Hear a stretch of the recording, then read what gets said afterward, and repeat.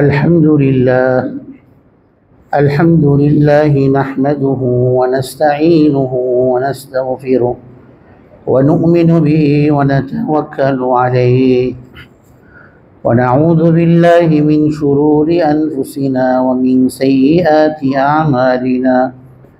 من يهده الله فلا مضل له ومن يضلله فلا هادي له.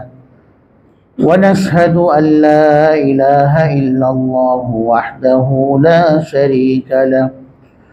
ونشهد أن سيدنا ومولانا محمدا عبده ورسوله صلى الله تعالى عليه وعلى آله وأصحابه وبارك وسلم تسليما كثيرا كثيرا. أما بعد فأعوذ بالله من الشيطان الرجيم. بسم الله الرحمن الرحيم. قل إنما حرم ربي الفواحش ما ظهر منها وما بطن والإثم والبغي بغير الحق وأن تشركوا بالله ما لم ينزل به سلطانا وأن تقولوا على الله ما لا تعلمون. وقال الله تبارك وتعالى: وذروا ظاهر الإثم وباطنه إن الذين يكسبون الإثم سيجزون بما كانوا يقترفون. صدق الله مولانا العظيم وصدق رسوله النبي الكريم ونحن على ذلك من الشاهدين والشاكرين والحمد لله رب العالمين. اللهم صل على محمد وعلى آل محمد كما صليت على إبراهيم وعلى آل إبراهيم إنك حميد مجيد. اللهم بارك على محمد وعلى آل محمد كما باركت على إبراهيم وعلى آل إبراهيم إنك حميد مجيد. मुअज़्ज़ज़ मुहतरम उलमाए किराम बुज़ुर्गान दीन व अमर प्राण प्रिय मुसल्लियान किराम, अल्हम्दुलिल्लाह আল্লাহ রাব্বুল আলামিনের দরবারে অসংখ্য অগণিত শুকরিয়া আদায় করছি, যিনি আমাদেরকে আজকের জুমার দিনে, জুমার এই পবিত্র দিনে সালাতুল জুমা আদায়ের উদ্দেশ্যে আল্লাহ তাআলার ঘর মসজিদে আসার তৌফিক দান করেছেন। 1447 হিজরি সনের প্রথম মাস মুহররম মাসের তৃতীয় জুমা, আজকের 15ই মুহররমের জুমাতে আল্লাহ রাব্বুল আলামিন আমাদেরকে মসজিদে উপস্থিত হওয়ার সৌভাগ্য দান করেছেন। আল্লাহ রাব্বুল আলামিনের দরবারে শুকরিয়া এবং কৃতজ্ঞতা আদায় করছি, আলহামদুলিল্লাহ। আল্লাহ রাব্বুল আলামিন মানুষকে সৃষ্টি সেরা জীব বানিয়ে প্রকৃতিগতভাবে তাদেরকে সৌন্দর্য দান করেছেন। যে সকল সৌন্দর্য আল্লাহ মানুষকে দান করেছেন, কাঠামোগত সৌন্দর্য, অবয়বগত সৌন্দর্য, অঙ্গ প্রত্যঙ্গের সৌন্দর্যতা এবং সুসামঞ্জস্যতা, সমতা, সুন্দরভাবে আল্লাহ রাব্বুল আলামিন মানুষকে তৈরি করেছেন, পৃথিবীতে পাঠিয়েছেন। ফাতাবারাকাল্লাহু আহসানুল খালিকিন। আল্লাহ নিজে নিজের সম্পর্কে কোরআনে কারিমে বলেছেন, আল্লাহ বরকতময় এক সত্তার নাম, যিনি মানুষকে বরকত দান করেন। বরকত আল্লাহ তাআলার, বরকতের খাজানা ভান্ডার আল্লাহর কাছে। আল্লাহ মানুষকে দান করেন। আল্লাহ বরকতময় সত্তা। তো বরকতময় সত্তার সাথে যদি আমি সম্পর্ক করতে পারি, তার সাথে আমার গভীর সম্পর্ক তৈরি হয়, তো আমিও বরকতময় হব।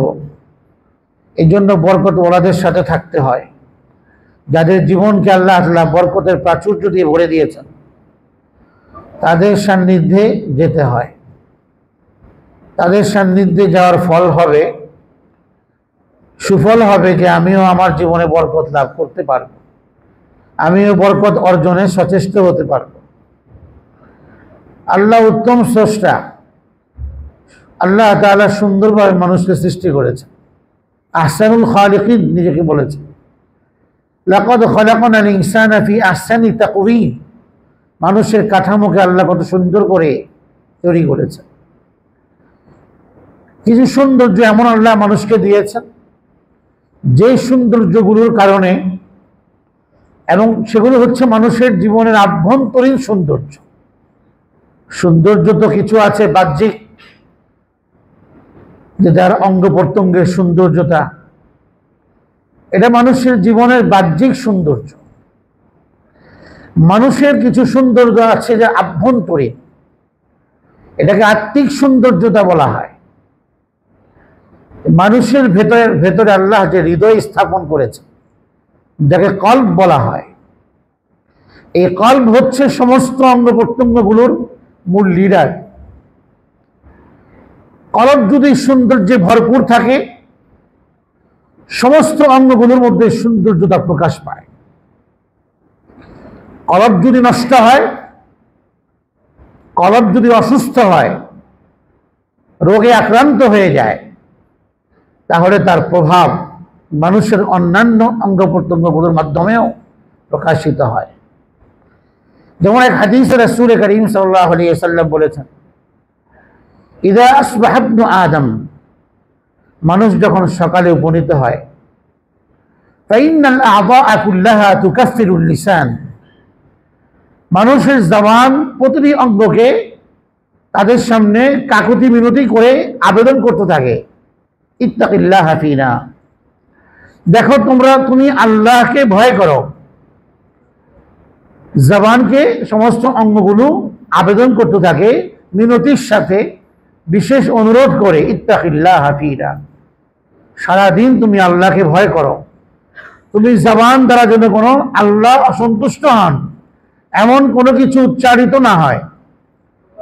ফাইন ইস্তাকামতা ইস্তাকামনা, তুমি যদি সঠিক থাকো, ন্যায়ের পথে থাকো, সওয়াবের পথে থাকো, ভালো কথা বলো, নেকির কথা বলো, তাহলে তার প্রভাব আমাদের মধ্যেও প্রকাশ পাবে, আমরাও সোজা থাকবো তোমার মতো।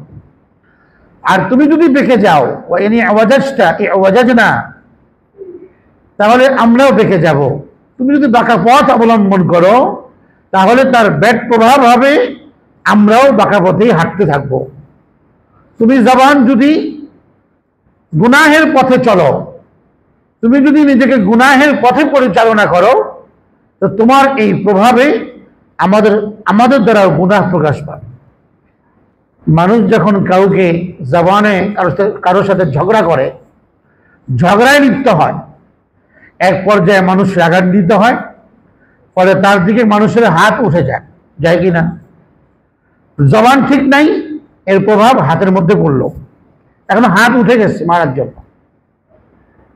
জবান থেকে জবানে শুরু হয় ঝগড়া, মুখে মুখে তর্ক বিতর্কের এক পর্যায়ে, এরপরে উত্তেজিত হওয়ার পরে হাত উঠে যায়। হাত উঠলো কেন? কথা বলছে জবান, হাত উঠবে কেন? বোঝা গেল জবানের সাথে হাত সম্পৃক্ত। এটা যদি নিয়ন্ত্রণের বাইরে চলে যায়, তো হাতও নিয়ন্ত্রণের বাইরে যাবে, পা নিয়ন্ত্রণের বাইরে যাবে, চোখ নিয়ন্ত্রণের বাইরে যাবে। প্রতিটি অঙ্গ জবানের কাছে অনুরোধ করে, তুমি কল্যাণের পথে থাকো সারা দিন মান, তাহলে আমাদের দ্বারা কোনো গুনাহ প্রকাশিত হবে না। মানুষ যখন একজন আরেকজনকে অন্যায়ভাবে গালি দেয়, তখন মানুষের হাত তার দিকে উঠে, তো মানুষের হাত জুলুম করা শুরু করে। তো হাত কেন জুলুম করলো? মুখের কারণেই, জবানের কারণেই, জবানের অনিয়ন্ত্রিত ব্যবহারের কারণে। হাত কথা বলছে, হাত উঠে যাচ্ছে আরেকজনের উপরে। জবানের হেফাজত না থাকলে মানুষ যে জুলুমের শিকার হয় এবং জালিম হয়, এটাও বুঝে আসে মানুষের আচরণ থেকে। এই কথা বলছে মুখে, ওখানে হাত ইস্তেমাল হচ্ছে, ব্যবহার হচ্ছে। জবান যদি সঠিক পথে থাকে, সব অঙ্গগুলো ঠিক থাকে। জবানে যদি আল্লাহর জিকির থাকে সারা দিন মান, একজন মুমিনের সকাল কেমন হবে, একজন মুমিনের প্রভাত কেমন হওয়া চাই। আল্লাহর জিকিরে একজন মুমিনের সকাল হবে আল্লাহর জিকির এবং স্মরণের মধ্য দিয়ে, আল্লাহর হুকুম পালনের মধ্য দিয়ে একজন মুমিনের প্রভাত শুরু হবে, সকাল শুরু হয়। সারাদিন মান যদি তার জবানকে সে আল্লাহর কাজে ব্যবহার করে, সমস্ত অঙ্গগুলো গুনাহ থেকে পবিত্র থাকবে। জবান হচ্ছে মানুষের কলবের মুখপাত্র, এর ভূমিকা পালন করে। মানুষের অন্তরে কলবে যা কিছু আসে, পরিকল্পনা, এই সবটাকে মানুষ মুখে ব্যক্ত করে, জবান দিয়ে ব্যক্ত করে, প্রকাশ করে। এই জন্য কলবের মুখপাত্র বলা হয় জবানকে। তো যদি কলব নষ্ট হয়, তো এটার প্রকাশ, এটার আসর, এটার প্রভাব সব অঙ্গ দিয়ে প্রকাশ পাবে। একটা সময় মুসলমানদের মধ্যে হায়া ছিল, লাজুকতা ছিল, স্বাধীনতা বোধ ছিল মুসলমানদের মধ্যে। মুসলমানদের অন্তর ছিল লজ্জাশীল, স্বাধীনতা বোধ ছিল অন্তরে। ফলে সমস্ত অঙ্গ দিয়ে লজ্জা প্রকাশ পেয়েছে।